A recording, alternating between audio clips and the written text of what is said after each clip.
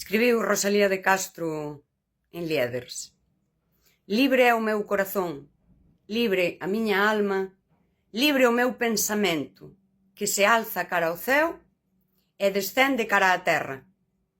Soberbio como o luzbel e doce como unha esperanza. Quería eu falar do pensamento. O pensamento fragmentado.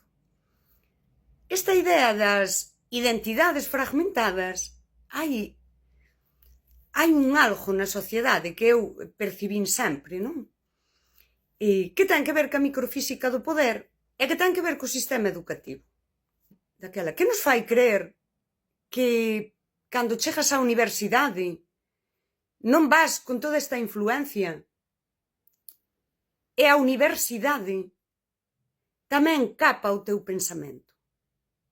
Eu teño claro.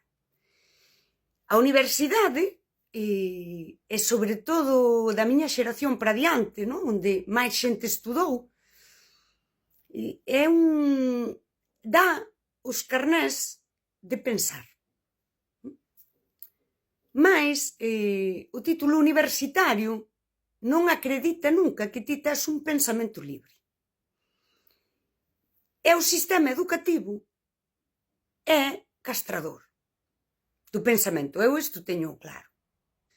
E dicía Hannah Arendt que hai que pensar sen barreiras.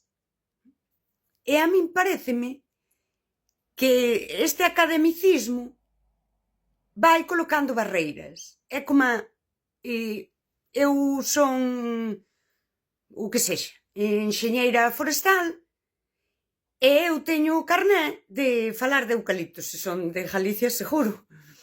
Non, en serio, da organización do monte. Pero como non son socióloga, chego a un punto onde, agora ten que falar a socióloga. E como non son abogada, espera, aquí hai un dereito administrativo, pero isto eu só o podo tocar como enxeñeira forestal. E aquí están esas barreiras, non? Que diría Hannah Arendt. E entra a microfísica do poder. Se ti estás dicindo algo que a ti non che corresponde, non hai moito, alguén dou unha opinión en TikTok, e preguntáronlle quen a acreditaba para opinar, que eu creo que era sobre estes temas do galeguismo. Sabes, non sei, é a súa opinión desde a vivencia. Pensar desde a vivencia é iso que eu chamo pensamento vivo. Eu, se quero opinar sobre o meu contexto, non me podo limitar a se son socióloga, historiadora,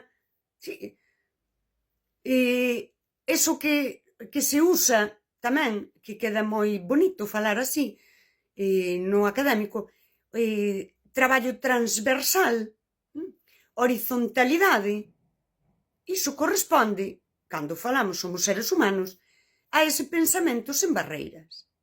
Se é horizontal e é transversal, eu penso dunha forma ampla e desde a vivencia eu son todo. Eu son socióloga, son enxeñeira de montes, son todo isto.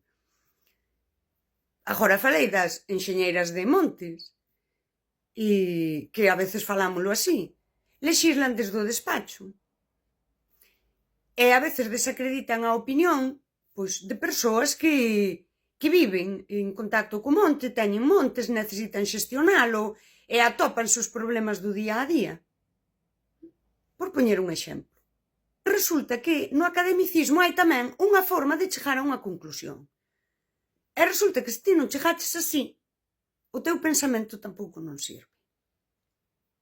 Isto é un triunfo do poder. E isto exercémolo as persoas. Volvo a inocentemente ou inconscientemente. Pero se eu agora te desacredito a ti, ou quedas excluída porque a túa idea, a ver, agora tivetes unha idea, a ver, saca os títulos e os mestrados para dicir que esta idea é boa. Non os tes? Pois a túa idea non vale. E produces esa exclusión simbólica desacreditándote. Mais estas persoas que o poder si sinalou, que sería así a microfísica do poder, diría que persoas poden falar. Pero tamén lle está dicindo, ti podes falar ata aquí. Non? Ti agora que eras enxeñeira de montes, ti podes falar ata aquí, pero aquí ten que vir unha socióloga e aquí ten que vir unha abogada. É castrador. Hannah Arendt diríanos tamén o de parar e pensar. Porque se a min agora o poder me acreditou como persoa que pode opinar disto, porque sí, porque ti tes a razón seguro.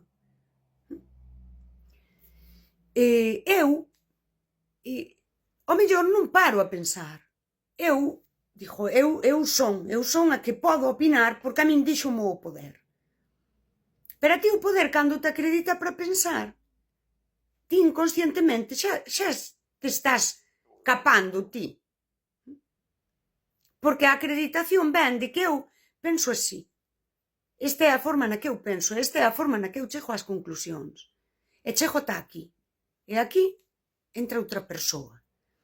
Temos, a veces, pensamentos moi valiosos, pero que están fragmentados. Agora chegou a enxeñeira de montes, e chegou unha socióloga, e chegou unha abogada. E cada unha non pode tocar no da outra. Todos estes pensamentos, hai puntos onde teñen contradicións. O pensamento libre, Hannah Arendt diríanos que tamén trata de pensar, expresar, co risco de errar, de que non sexa correcto ou incluso de que sexa imposible. Eu a isto chamaríalle ser un pouco idealista, imposible, mas eu quero expresalo.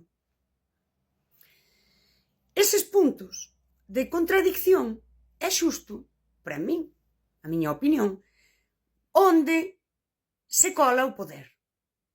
O poder cólase nos puntos de contradicción. E o poder acredítanos para cousas e crea unha exclusión simbólica para outras. E aí está por onde se cola. E isto facémolo nós asimilando estas ideas de que eu son a enxeñeira de montes, logo eu aquí podo falar, mas aquí non vou falar porque como eu quero que se respete o meu terreno, porque o terreno de pensar non debería de ser ninguén, pero eu quero, daquela deixo outra persoa e deixo a fenda onde entra o poder. Iso é identidade fragmentada. Eu son enxeñeira de montes.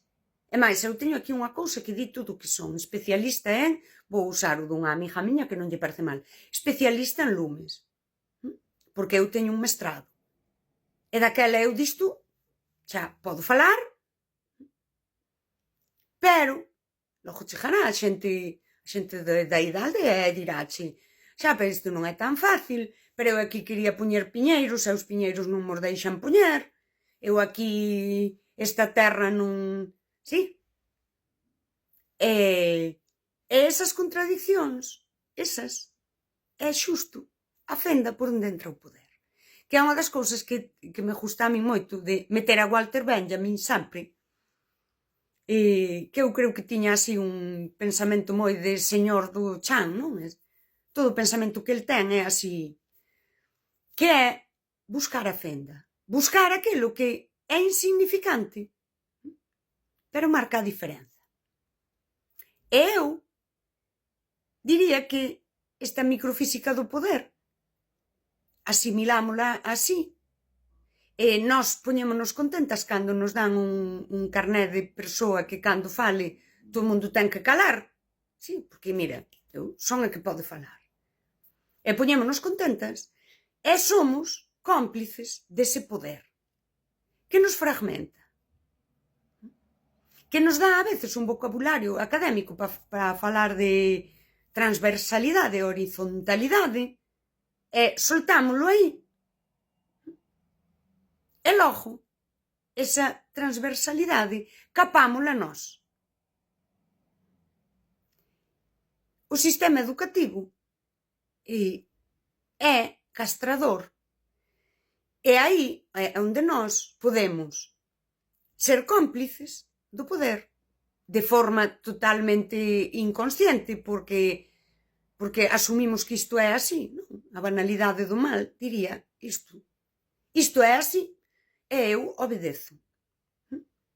Eu obedezo cando me encaixo naquilo para o que estou acreditada, que isto é un capital simbólico meu.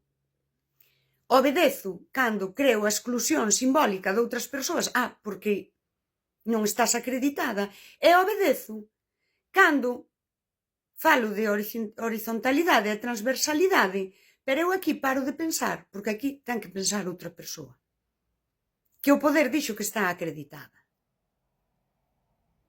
É aí xusto onde se cola o poder. E non é que chega un señor e se cola. Somos nós artellando todo isto.